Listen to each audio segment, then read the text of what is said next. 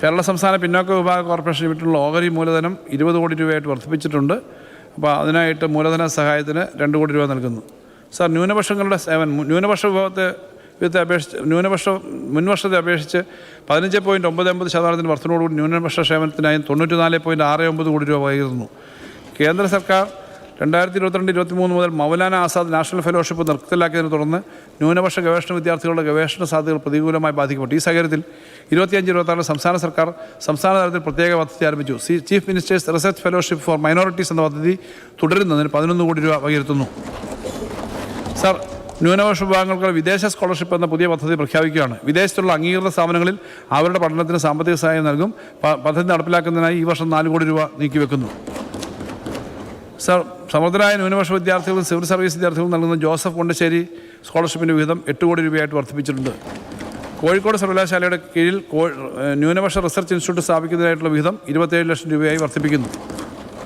ന്യൂനപക്ഷ സമുദായങ്ങളിലെ വിവാഹമോചിത വിധവ, ഉപേക്ഷിക്കപ്പെട്ട സ്ത്രീകൾ എന്നിവർക്കായിട്ടുള്ള ഇമ്പിച്ചി ബാവ ഭവന പദ്ധതിക്ക് 5 കോടി രൂപയും ന്യൂനപക്ഷ വിഭാഗങ്ങളിലെ വിധവക്കുള്ള സ്വയം തൊഴിൽ പദ്ധതിക്ക് 5 കോടി രൂപയും വകയിരുത്തുന്നു. സാർ, പ്രധാനമന്ത്രി ജൻ വികാസ് കാര്യക്രമം പദ്ധതിയുടെ വിഹിതമായി 16 കോടി രൂപ വകയിരുത്തുന്നു. കേന്ദ്ര വിഹിതമായി 24 കോടി രൂപ പ്രതീക്ഷിക്കുന്നു. സാർ, കേരള സംസ്ഥാന ന്യൂനപക്ഷ ധനകാര്യ കോർപ്പറേഷന് ഓഹരി മൂലധനമായിട്ട് 12 കോടി വകയിരുത്തുന്നു. സാർ, 1ാം തരം മുതൽ 8 വരെയുള്ള ന്യൂനപക്ഷ വിദ്യാർത്ഥികൾക്ക് പ്രീമെട്രിക് സ്കോളർഷിപ്പ് നൽകുന്നതിന് മാർഗ്ഗദീപം പദ്ധതിക്കായിട്ട് 22 കോടി നൽകുന്നു. മുന്നോക്ക സമുദായങ്ങളുടെ ക്ഷേമം. സാർ, മുന്നോക്ക സമുദായങ്ങളുടെ സാമ്പത്തികമായി പിന്നോക്കം നിൽക്കുന്ന വിഭാഗങ്ങളുടെ വികസനത്തിന് സർക്കാർ പ്രതിജ്ഞാബദ്ധമാണ്. ഈ വിഭാഗത്തിന് വിദ്യാഭ്യാസം, ഉപജീവനം, സ്വയം തൊഴിൽ എന്നീ മേഖലകളിൽ കേന്ദ്രീകരിച്ച പദ്ധതികൾ ബജറ്റിൽ ഉൾപ്പെടുത്തിയിട്ടുണ്ട്. മുന്നോക്ക സമുദായങ്ങളുടെ ക്ഷേമത്തിനായി സംസ്ഥാന മുന്നോക്ക ക്ഷേമ വികസന കോർപ്പറേഷൻ 39.77 കോടി രൂപ നീക്കിവെക്കുന്നു. സാർ, സെക്രട്ടേറിയറ്റ് സർവീസുകൾ ഓരോ മേഖലയിൽ സംസ്ഥാന ആസൂത്രണ ബോർഡിന് 2.27, ജില്ലാ ആസൂത്രണ സമിതി കെട്ടിടങ്ങൾ 13.4, സർവേകൾ പഠനം പ്ലാൻ മോണിറ്ററിംഗ് പദ്ധതിക്ക് 9.15 കോടി മാറ്റിവെക്കുന്നു. Sir, police. രാജ്യത്തെ ഏറ്റവും മികച്ച മാനേജ്മെൻറ്റ് സംവിധാനമുള്ള പോലീസ് സേനകളിലൊന്നാണ് എന്ന ഖ്യാതി കേരള പോലീസിനുണ്ട്. കഴിഞ്ഞ വർഷങ്ങളിൽ പോലീസ് വകുപ്പ് സാങ്കേതിക പുരോഗതി, കമ്മ്യൂണിറ്റി പോലീസിംഗ്, സൈബർ കുറ്റകൃത്യ അന്വേഷണം, അടിസ്ഥാന സൗകര്യ നവീകരണം എന്നിവയിൽ ശ്രദ്ധേയമായ നേട്ടങ്ങൾ കൈവരിച്ചിട്ടുണ്ട്. കുറ്റകൃത്യങ്ങൾ കണ്ടെത്താനുള്ള പോലീസ് പ്രവർത്തനങ്ങൾ ഓട്ടോമേറ്റ് ചെയ്യുന്നതിനും കാര്യക്ഷമത വർദ്ധിപ്പിക്കുന്നതിനും സുപ്രധാന സ്ഥാപനങ്ങളുടെ സുരക്ഷ വർദ്ധിപ്പിക്കുന്നതിനുള്ള പുതിയ പദ്ധതികൾ ആരംഭിക്കും. വിവിധ പദ്ധതികൾക്കായിട്ട് ഈ പദ്ധതികൾക്ക് വേണ്ടി മാത്രമായിട്ട് 155.80 കോടി രൂപ മാറ്റിവെക്കുന്നു. സാർ, സർവേ ഡിപ്പാർട്ട്മെൻറ്റിൻ്റെ വിവിധ പ്രവർത്തനങ്ങളുള്ള അതിനകത്ത് എൻ്റെ ഭൂമി സർവേ ഉൾപ്പെടെയുള്ള സർവേ വകുപ്പിൻ്റെ പ്രവർത്തനങ്ങൾക്കായിട്ട് 26.8 കോടി രൂപ വകയിരുത്തുന്നു. രജിസ്ട്രേഷൻ വകുപ്പിന് ടെംപ്ലേറ്റ് അടിസ്ഥാനത്തിൽ രജിസ്ട്രേഷൻ, പഴയ രജിസ്റ്റർ ചെയ്ത രേഖകളുടെ സംരക്ഷണം, രജിസ്ട്രേഷൻ തുടങ്ങി വിവിധ പദ്ധതികൾ ആരംഭിച്ചിട്ടുണ്ട്. 68 മുതലുള്ള പഴയ രജിസ്റ്റർ ചെയ്ത ആധാരങ്ങളുടെ സ്കാനിങ് നടപടി പൂർത്തിയായി. പണരഹിത പണമടയ്ക്കൽ പ്രക്രിയ അതിനുവേണ്ടിയിട്ടുള്ള നടപടികൾ നടക്കുകയാണ്. ഈ സ്റ്റാമ്പ് സൗകര്യം തുടങ്ങി ധാരാളം കാര്യങ്ങൾ നടക്കുന്ന ഈ വകുപ്പിന് 32 കോടി രൂപ വകയിരുത്തുന്നു.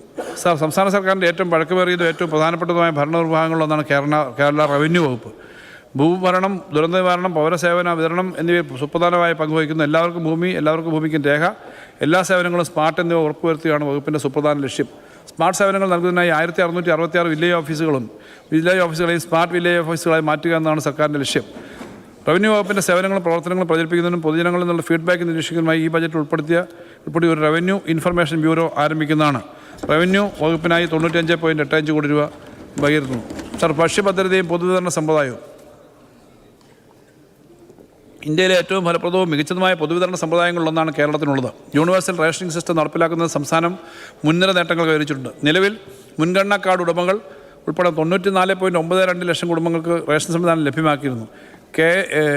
NFSAയുടെ കീഴിൽ ഉൾപ്പെടാത്ത കുടുംബങ്ങളെപ്പോലും റേഷൻ വിതരണത്തിന് കീഴിൽ കൊണ്ടുവരാൻ സർക്കാരിന് കഴിഞ്ഞിട്ടുണ്ട്. വിദൂര പട്ടികവർഗ സങ്കേതങ്ങൾ, വിദൂര പ്രദേശങ്ങൾ, പ്രതീക്ഷാ സ്ഥലങ്ങൾ എന്നിവ നേരിട്ട് മൊബൈൽ റേഷൻ കടകൾ വഴി വിതരണം ചെയ്യുന്നു. സാർ, ഭക്ഷ്യ പൊതുവിതരണ വകുപ്പിന് വിപണി ഇടപെടലിനുള്ള പദ്ധതിയേതര വിവരം ഉൾപ്പെടെ ആകെ 2363.64 കോടി രൂപ വകയിരുത്തുന്നു. ഇത് മുൻ വർഷത്തേക്കാളും 267.24 കോടി രൂപ അധികമാണ്. ഇതിനു പുറമെ സഹകരണ മേഖലയ്ക്ക് കീഴിൽ കൺസ്യൂമർ ഫെഡ് വഴി 75 കോടി രൂപയും വിപണി ഇടപെടലിനായിട്ട് വകയിരുത്തുന്നു. സാർ, പയർവർഗ്ഗങ്ങൾ, ധാന്യങ്ങൾ, അരി, ആട്ട, പഞ്ചസാര എന്നിവ ഉൾപ്പെടെ 13 അവശ്യ സാധനങ്ങൾ 50% വരെ വിലക്കുറവിൽ നൽകിക്കൊണ്ട് പൊതുവിപണിയിൽ വില നിലവാരം നിയന്ത്രിക്കുന്നതിന് സപ്ലൈകോ ഇടപെടുന്നുണ്ട്. 2026-27 കാലയളവിൽ 100 സപ്ലൈകോ ഔട്ട്ലെറ്റുകൾ നവീകരിക്കാൻ ലക്ഷ്യമിടുന്നു. സപ്ലൈകോ ഔട്ട്ലെറ്റിൻ്റെ നവീകരണത്തിനും എൻ്റർപ്രൈസസ് പ്ലാനിങ്ങിനും വേണ്ടി 17.8 കോടി രൂപ വകയിരുത്തുന്നു. സിവിൽ സപ്ലൈസ് വകുപ്പിൻ്റെ പ്രവർത്തനങ്ങൾക്കായി 95.55 കോടി രൂപ വകയിരുത്തുന്നു.